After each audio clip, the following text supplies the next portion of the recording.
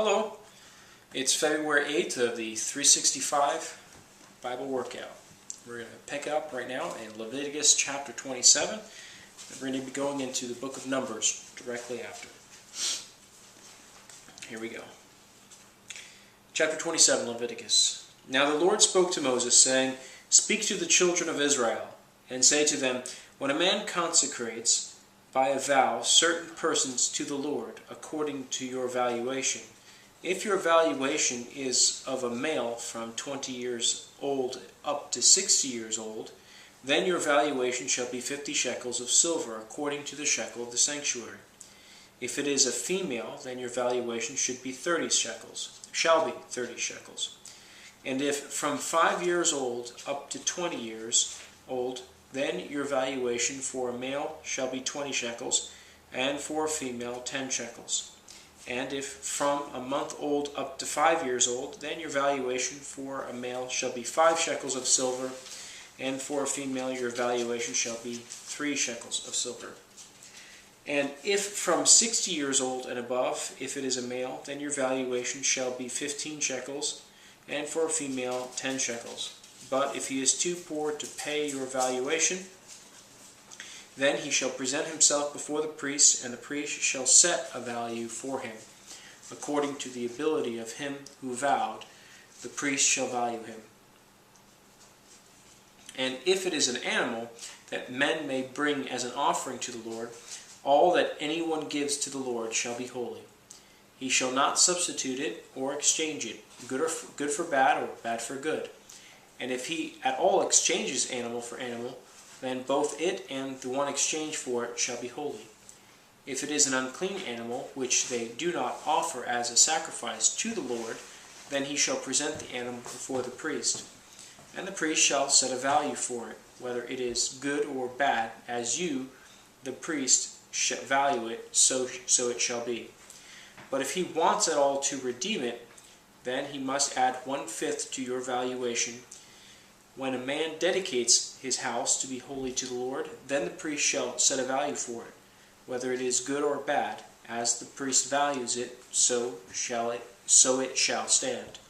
If he who dedicated it wants to redeem his house, then he must add 1/5 of the money of your valuation to it, and it shall be his. If a man dedicates to the Lord part of the field of his possession, then your valuation shall be according to the seed for it. A homer of barley seed shall be valued at 50 shekels of silver. If he dedicates his field from the year of Jubilee according to your valuation, it shall stand.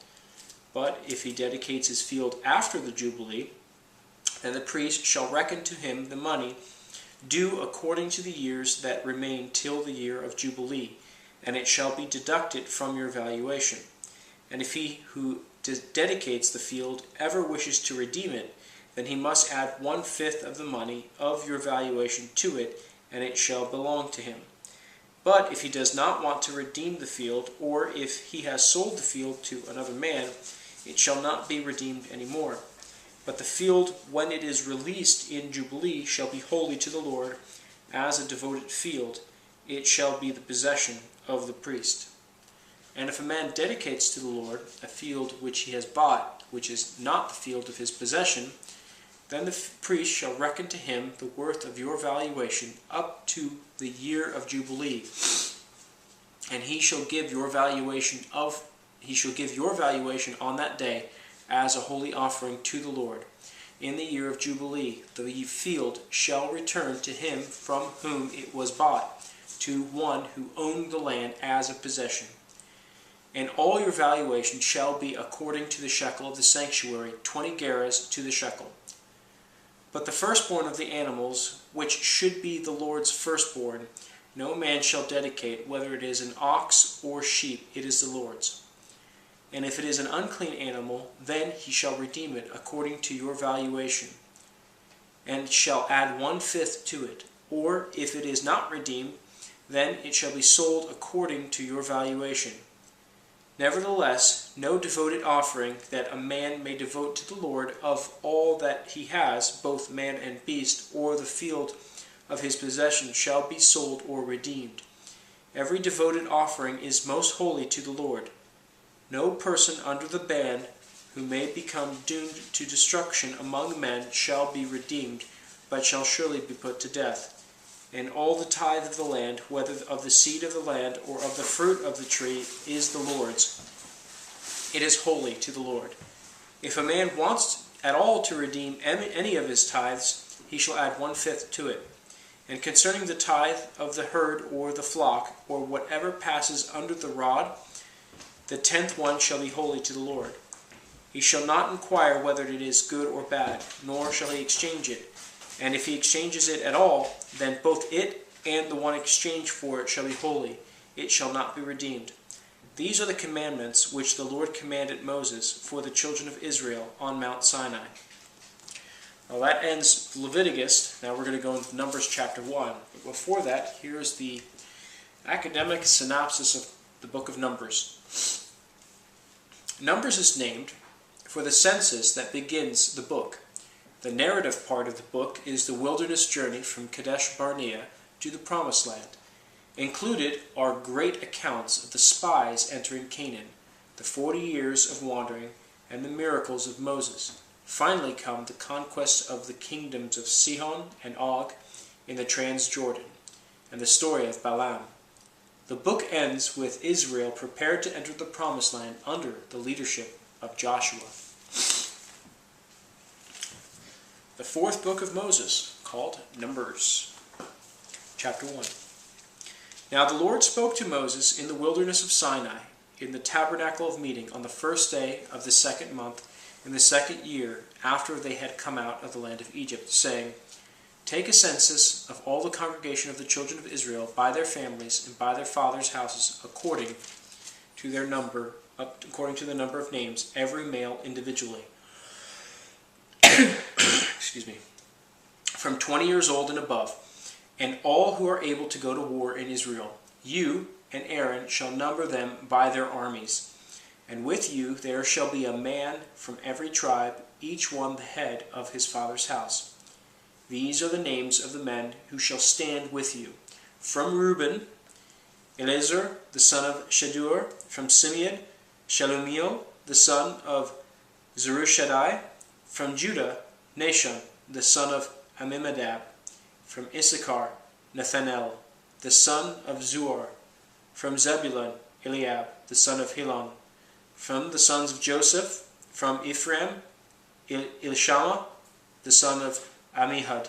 From Manasseh, Gamaliel, the son of Pedahazur. From Benjamin, Abidan, the son of Gideoni. From Dan, Ahiezer, the son of Ammishaddai. From Asher, Pagiel, the son of Ochran. From Gad, Eliasaph, the son of Deo. From Naphtali, Ahira, the son of Enan. These were chosen from the congregation, leaders of their fathers' tribes, heads of the division in Israel. Then Moses and Aaron took these men who had been mentioned by name, and they assembled all the congregation together on the first day of the 2nd month, and they recited their ancestry by families, by their fathers' houses, according to their numbers, the number of names, from 20 years old and above, each one individually, as the Lord commanded Moses. So he numbered them in the wilderness of Sinai.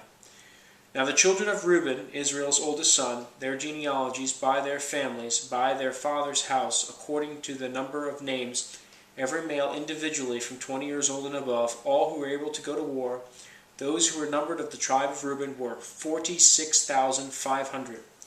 From the children of Simeon, their genealogies by their families, by their father's house, of those who were numbered according to the number of names, every male individually from 20 years old and above, all who were able to go to war, those who were numbered of the tribe of Simeon were 59,300. From the children of Gad, their genealogies by their families, by their father's house, according to the number of names from 20 years old and above, all who were able to go to war, those who were numbered of the tribe of Gad were 45,650.